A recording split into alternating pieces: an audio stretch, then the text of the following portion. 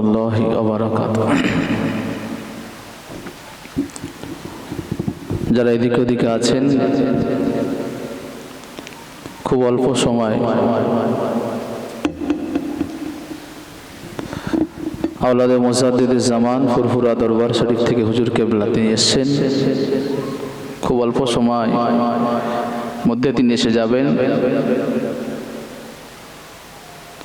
রাত লম্বা চওড়া বিষয়, বেশি নয়। আমরা যারা এদিকে ওদিকে আছি, সুন্দর মিলাদুন নবীর জলসা আমরা চলে আসি। আউযু বিল্লাহি মিনাশ শাইতানির রাজীম।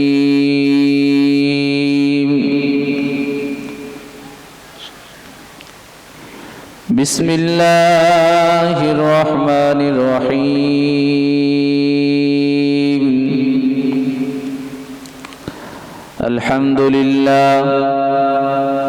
আলহামদুলিল্লাহি নাহমাদুহু ওয়া নাস্তাঈনুহু ওয়া নাস্তাগফিরুহু ওয়া নু'মিনু বিহি ওয়া নাতাওয়াক্কালু আলাইহি ওয়া নাউযু বিল্লাহি মিন শুরুরি আনফুসিনা ওয়া মিন সাইয়্যাতি আ'মালিনা। من يهدي الله فلا مضل له ومن يضلله فلا هادي له ونشهد أن لا إله إلا الله وحده لا شريك له ونشهد أن سيدنا ونبينا ومولانا محمدا عبده ورسوله أرسله بالحق بشيرا ونذيرا وداعيا إلى الله بإذنه وسراجا منيرا. وقال الله تعالى في كلام المجيد والفرقانه الحميد وما خلقت الجن والإنس إلا ليعبدون. وقال الله تعالى أيضا في كتابه مخبرا وآمرا إن الله وملائكته يصلون على النبي يا أيها الذين آمنوا صلوا عليه وسلموا تسليما. اللهم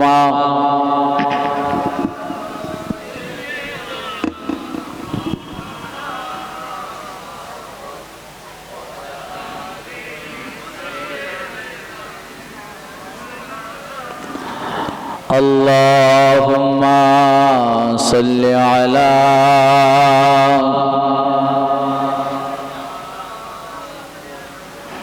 وعلى آل سيدنا مولانا محمد. حسبي ربي جل الله ما في قلبي غير الله نور محمد صلى الله لا إله إلا الله لا إله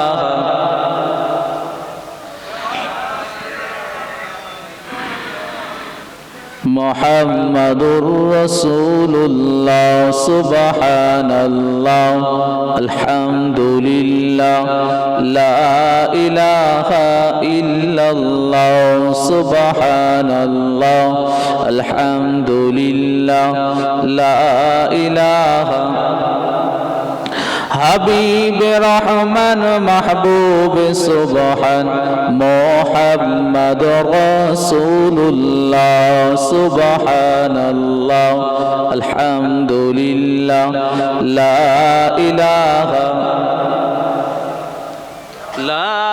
ইলাহা ইল্লাল্লাহ মুহাম্মাদুর রাসূলুল্লাহ সুবহানাল্লাহ আলহামদুলিল্লাহ লা ইলাহা হাবিব রহমান মাহবুব সুবহান মুহাম্মাদুর রাসূলুল্লাহ সুবহানাল্লাহ আলহামদুলিল্লাহ লা ইলাহা ইল্লাল্লাহ শিশু নবী জন্মের পরে কিসের নামাজ পড়িলেন শিশু নবী জন্মের পরে কিসের নামাজ পড়িলেন কোন কাননে কিসের তরে উম্মতি বলে কাঁদিলেন সুবহানাল্লাহ আলহামদুলিল্লাহ লা ইলাহা ইল্লাল্লাহ হাবিব রহমান মাহবুব সুবহান মুহাম্মাদুর রাসূলুল্লাহ সুবহানাল্লাহ আলহামদুলিল্লাহ লা ইলাহা ইল্লাল্লাহ ওহদের ময়দানে গিয়ে নবী দান শহীদ হইলেন ওহদের ময়দানে গিয়ে নবী দান শহীদ হইলেন দান শহীদ হয়েও নবী উম্মতি বলে কাঁদিলেন সুবহানাল্লাহ আলহামদুলিল্লাহ সুবহানাল্লাহ আলহামদুলিল্লাহ লা ইলাহা ইল্লাল্লাহ হাবিব রহমান মাহবুব সুবহান মুহাম্মাদুর রাসূলুল্লাহ সুবহানাল্লাহ আলহামদুলিল্লাহ লা ইলাহা ইল্লাল্লাহ চাচা হইয়া আবু জেহেল চাচা হইয়া আবু জেহেল নবীর কালেমা পড়িলেন না চাচা হইয়া আবু জেহেল নবীর কালেমা পড়িলেন না আমরা এত হাত ভাগা নবীজিকে চিনিলাম না সুবহানাল্লাহ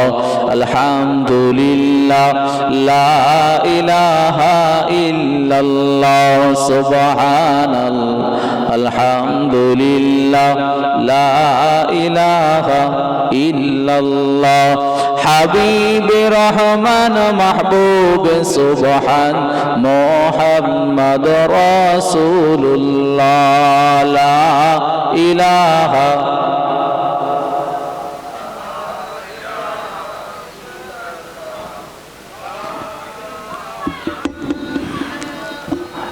ইল্লাল্লাহু মুহাম্মাদুর রাসূলুল্লাহ আল্লাহুম্মা সাল্লি আলা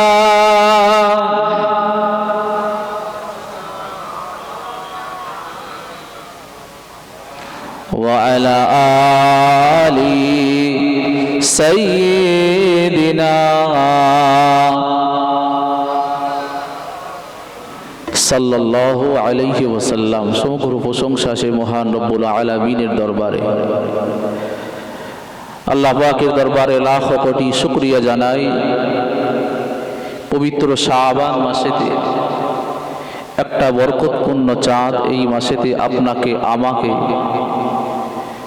একটা জান্নাতের বাগানে বসার মতন তৌফিক দান করেছেন। সে আল্লাহ পাকের দরবারে লাখ কোটি শুকরিয়া জানাই, সকলে বলি আলহামদুলিল্লাহ। তারপর জানাই বিশ্বনবী মুহাম্মদুর রাসূলুল্লাহ, সকলে বলি সাল্লাল্লাহু আলাইহি ওয়াসাল্লাম। হুজুরের প্রতি লাখ কোটি দরুদ ও সালাম। সম্মুখে বসে থাকা নিকার দিনদার আল্লাহওয়ালা পরেজগার ইমানদার ভাই ও বাবাজিরা, পর্দার অন্তরালে আমার মা ও বোনেরা, মাইকের আওয়াজ যারা পাচ্ছেন, যারা এদিক ওদিকে আছেন, সকলের কাছে আরো একবার আবেদন করছি, আপনারা এই অতি মূল্যবান সময়টুকু অন্যান্য কাজে ব্যয় না করে আমরা একটাই জান্নাতি মাহফিলে চলে আসি। ওয়াজ নসিহত আমরা সকলেই কম বেশি শুনি, জানি, সকলেই আমরা জানি কোনটা ভালো কোনটা মন্দ। শুধুমাত্র আমার আপনার অভাব, আমার আপনার কাছে মাননেওয়ালা মানুষ যে এটা ভালো এটা খারাপ, এটুকুর অভাব। এই ওয়াজ শুনবেন সারা রাত। আজকে আমার কথা আপনারা সব সময় শোনেন কম বেশি, কিন্তু আজকের এখানকার কথা ভিন্ন কথা। এখানে যে কথাগুলো হবে, এই কথাগুলো মনোযোগ সহকারে শুনতে হবে, কারণ কথা অনেক শোনেন। ডাক্তার আজকে সমাজের বুকে হাইব্রিড, যদি হাইব্রিড আলু, পেঁয়াজ, শসা সবই কিছু, একটা আছে দেশি, একটা হলো হাইব্রিড। আপনি দেশিও খেতে পারেন, হাইব্রিডও খেতে পারেন। আপনার কাছে যদি একটা হাইব্রিড শসা দেওয়া হয়, আপনি সেটা খেতে পারেন, কিন্তু সমাজের বুকে যদি হাইব্রিড মাওলানা হয়, সেটা আপনার জন্য ক্ষতিকর হলো ঈমান। কিন্তু হাইব্রিড শাক সবজি ফল মূল খাওয়া যায়। আরেকটা হলো হাইব্রিড ডাক্তার। হাইব্রিড ডাক্তারের কাছে যাবে, সেখানে আপনার জীবন নষ্ট। আর হাইব্রিড মোল সাহেবের কাছে যাবেন, সেখানে আপনার ঈমান নষ্ট। এবার আপনি বেছে নেন, আপনি বিবেক বুদ্ধি দিয়ে আপনি বেছে নেন। আজকে সমাজের বুকে এ কথা হয়তো আমার মুখে শুনলে আপনি খারাপ ভাববেন। আজকে সমাজের বুকে দেখা যায় এক শ্রেণীর মানুষ, এক শ্রেণীর আলেম আছে, তারা কলেমাকে নিয়ে উদাহরণ দেয়, লা ইলাহা ইল্লাল্লাহ, আমি অমুক রাসূলুল্লাহ। আমি সংক্ষেপে এইটুকু আমার কথা বুঝতে হবে। হয়তো আমি টান টন দিয়ে ওয়াজ করি না, কিন্তু একটু মাথা ঠান্ডা করে বুঝুন, ভালো লাগবে। আল্লাহর রাসূলের জমানায় সূরা কোরআন শরীফের মধ্যে 28 পারায় قد سمع الله قول التي تجادلك في زوجها وتشتكي الى الله।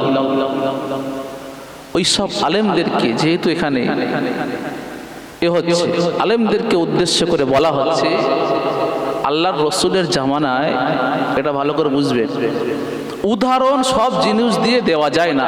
অনেক বলছে লা ইলাহা ইল্লাল্লাহ, আমি অমুক রাসূলুল্লাহ বলে একটা কলেমার উদাহরণ দিয়েছে। শুনেছেন আপনারা? শুনেছেন ইউটিউবে কিংবা মোবাইলে? শোনেননি? নতুন নতুন এই দিকে বাড়ি বলছে লা ইলাহা ইল্লাল্লাহ, আমি তার ব্যক্তিটার নাম নিয়ে বলছে আমি রাসূলুল্লাহ। বলুন নাউজুবিল্লাহ। তাহলে উদাহরণ, এমন এমন জিনিস আছে, সব জিনিস দিয়ে উদাহরণ, সে বলছে আমি উদাহরণ দিচ্ছি।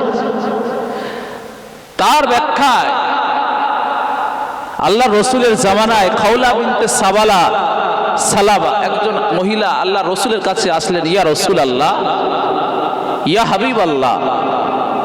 সেই জামানার নিয়ম ছিল, তাকে আমি উদ্দেশ্য করে বলছি,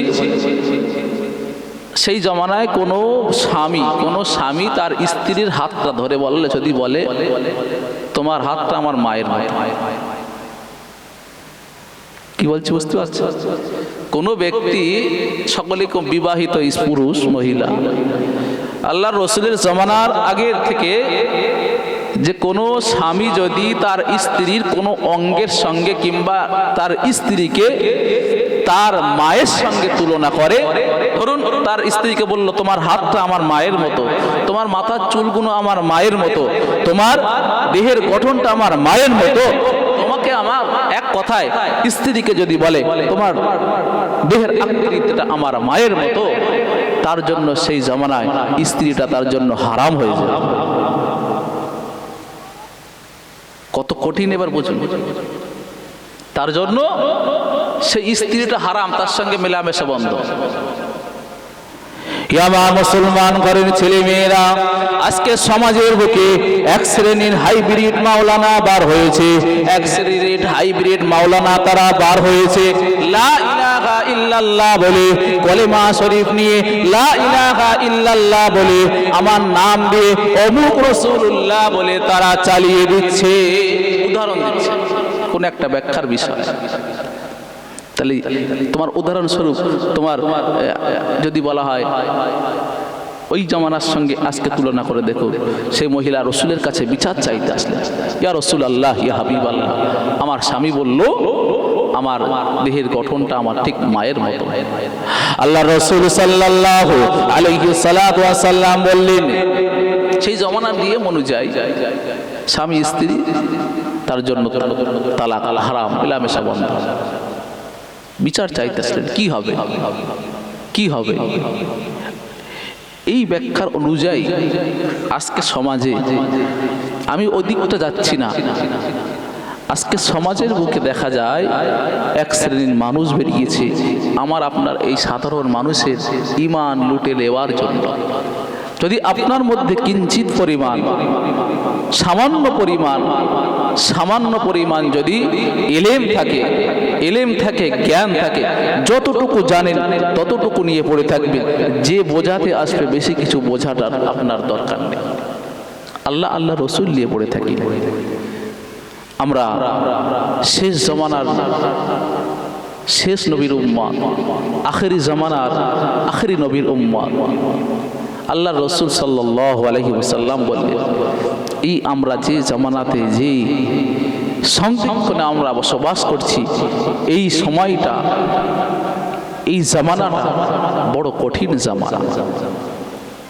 আমার মুসলমান ঘরের ছেলে মেয়েরা, আমার আপনার নবী নূর নবী রাহমাতাল লিল আলামিন, আমার আপনার নবী নূর নবী মুহাম্মদুর রাসূলুল্লাহ সাল্লাল্লাহু আলাইহি ওয়াসাল্লাম বললেন, সেই জামানাতে, আখেরি জামানাতে এক শ্রেণীর আলেম তারা বার হবে, এক শ্রেণীর আলেম তারা বার হবে।